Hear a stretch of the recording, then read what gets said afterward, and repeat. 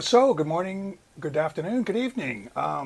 So it's Paul again, and I wanted to keep going with my new series on YouTube called Design to Heal.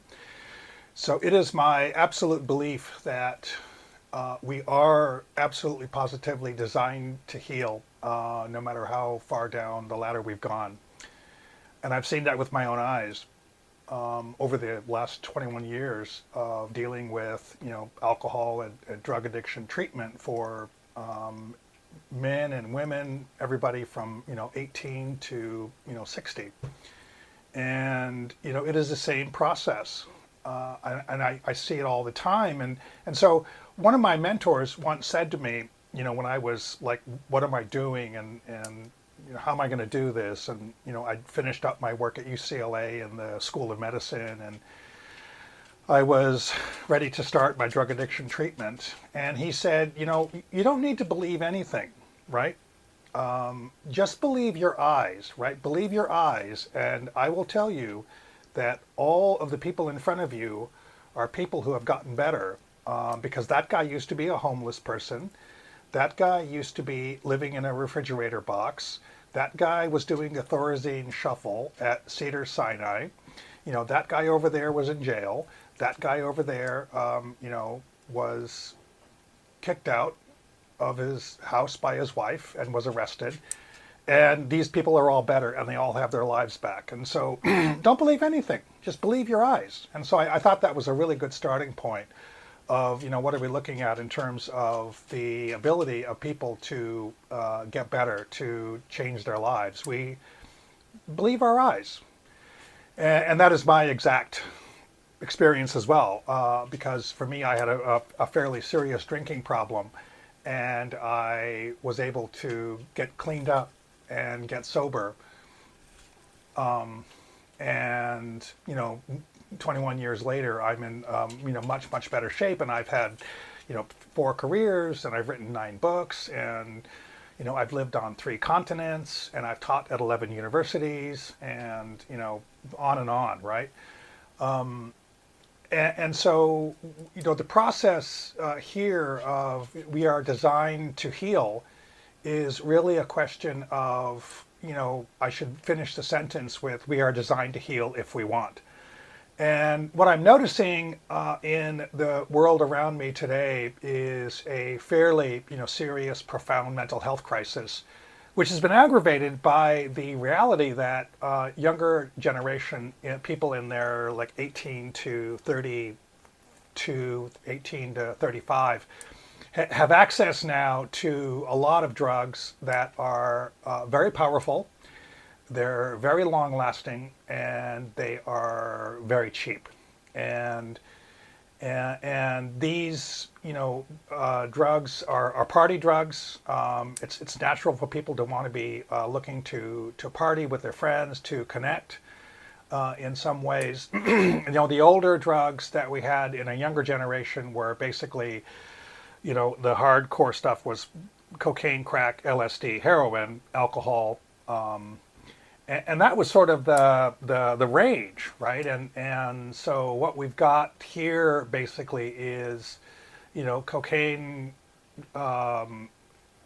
crack, heroin, alcohol, are all basically made from the earth. Poppy seeds, coca leaf, potatoes, right? Grapes. And what we've got now are synthetically derived drugs, which are very powerful and do much more damage to the brain. And it prevents, or it inhibits, sobriety, because it takes a lot longer to recover from these highs. The highs are higher and the lows are lower. And so what is on my mind these days is this fairly profound crisis in the gay community, which is, I think, more aggravated by more powerful, longer lasting, and cheaper drugs than I've ever seen in 21 years. And I've worked in New York and LA and, Hong Kong and Singapore and London.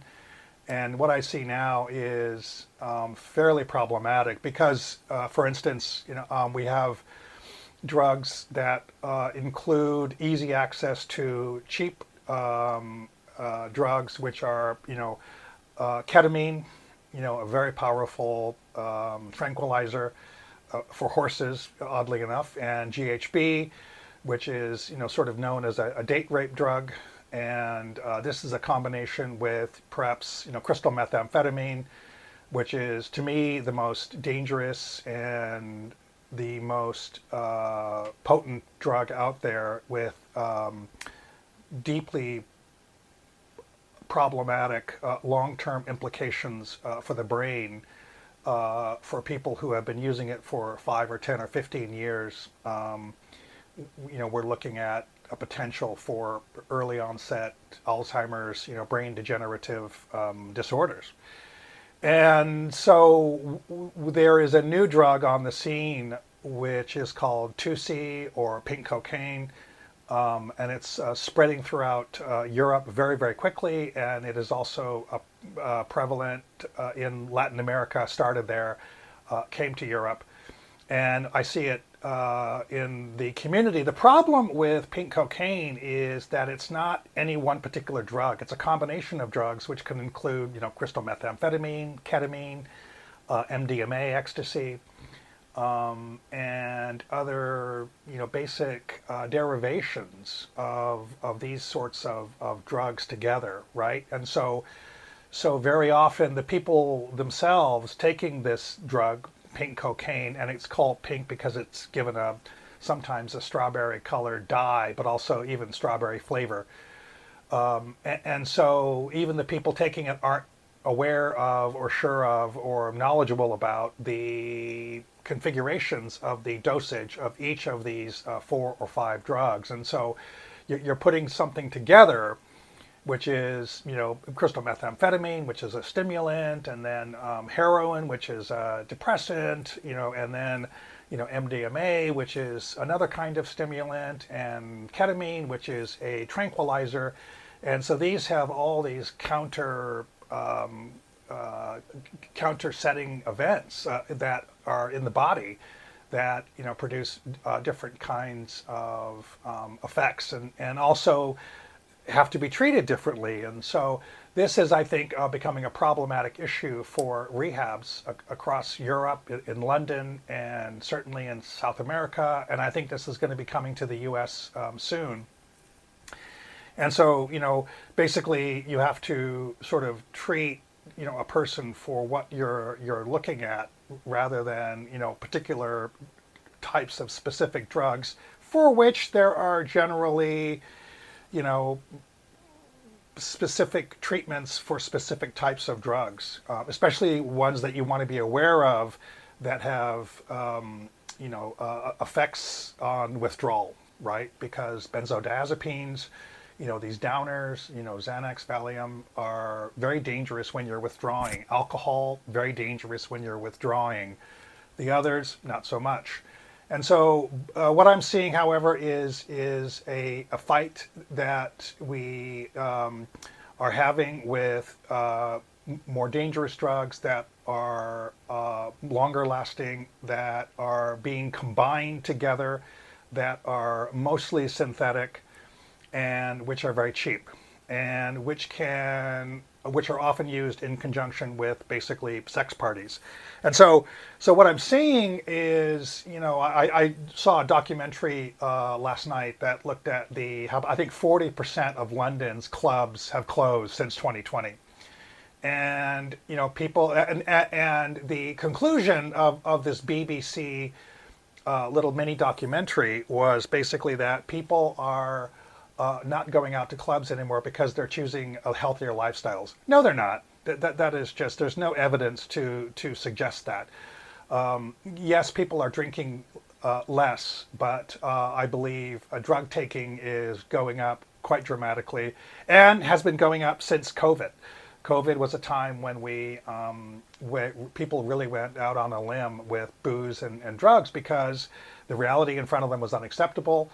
So much of their future was taken away from them. Their time was taken away. Their friendships were taken away. There's a lot to grieve. And I truly believe that the process of cleaning up from addiction is a grieving process for things that we lost during that process of addiction and escape. And going into 2025, I believe that we need to be thinking more in terms of a much more whole scale, a much more directed, a much more coordinated effort with government and private sector and nonprofits in order to get to some sort of to get our hands around this runaway problem, which I perceive is more aggravated in the gay community than I have ever seen it in 21 years. And the crystal meth problem in Los Angeles when I was doing my graduate work at UCLA was really problematic, and I believe this is much more severe. And so we got to find a way to turn this freight train around with the gay community and figure out a way to send out the message that there is a crisis. I think that's the first part about this, is to recognize that there is a crisis in the gay community. And I think there's a lot of reasons for this. I think that the LGBT movement has taken huge steps backwards in all over the world. In the U.S., it is going backwards so quickly. There's I think more than 300 pending bills in state houses across the country to restrict LGBT rights after 20 years of people who are fighting for these rights. They're being taken away again. In Russia, we see a government that is putting gay activity together with the anti-terrorism laws, which treat gays essentially as terrorists. That is a fact. You can look it up yourself. This is all over the place. We're seeing things going backwards in Hungary. We're seeing things going backwards a little bit in Italy. We're certainly seeing things going backwards in China, where there was a hint of a little bit of an opening in terms of gay rights, but that's going backwards as well.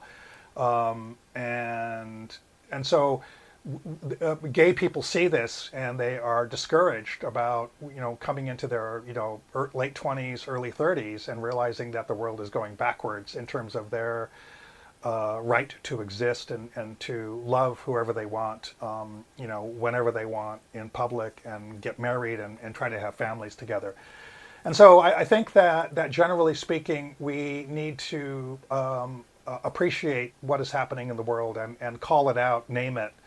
Naming things is a really important part of it. We have to give, names and dates and times and vocabulary to what is happening in front of us. And the gay community in general is, virtually silent in so much of what we see in front of us. And of course, we do have this fentanyl ongoing crisis in America, but I believe this drug, pink cocaine, is I think it's far more dangerous because its ability to cause fairly serious brain damage, but also to have a much more difficult time for rehabilitation facilities to address the process of sobriety, the process of being clean, because the combinations of these 3 or 4 or 5 drugs in pink cocaine is very problematic. You just don't know what you're dealing with. You don't know what this person is recovering from, right? You don't know what their complaint is. You don't know what the disease is, if you like, right? Because you've got all these different variations of relaxants and depressants and stimulants all interacting differently just about every time somebody is taking one of these drugs. And so we have a lot of work to do, but I guarantee you that no matter how far down we've gone, I've seen people recover. There is no doubt in my mind that if people want to get better, they can. I see it all the time. We need a community. 12-step programs are great, but I have come to believe, I think, that a lot of these harder drugs, it's very difficult for these 12-step programs to work alone. They need attendant work either in long-term rehabilitation facilities or intensive outpatient therapy, 3, 4 times a week. But doing this in groups is the best way to do this. And the gay community itself is going to have to figure out, what they want. What I see happening is a world in which a gay person who's 28, 30, 32, successful, has an okay life, is saying, well, I don't stoop so low as to do crystal meth. I'm only doing ketamine and GHB. Well, ketamine and GHB are very dangerous drugs to be using on a long-term basis, and so that they can cause incontinence, psychosis, paranoia, severe depression, and it causes all kinds of potential for sexual assault if people are drugged out and they are tuned out and they're essentially taking a date rape drug on a regular basis. Sexual assault is going to happen.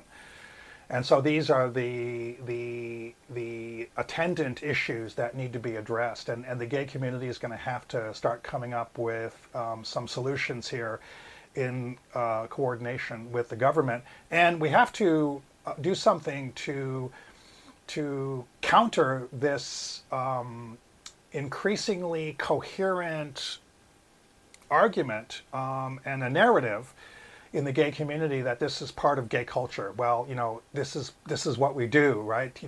K and G and E and V and C, all this, this alphabet soup is part of the culture. No, it's not. No, it's not.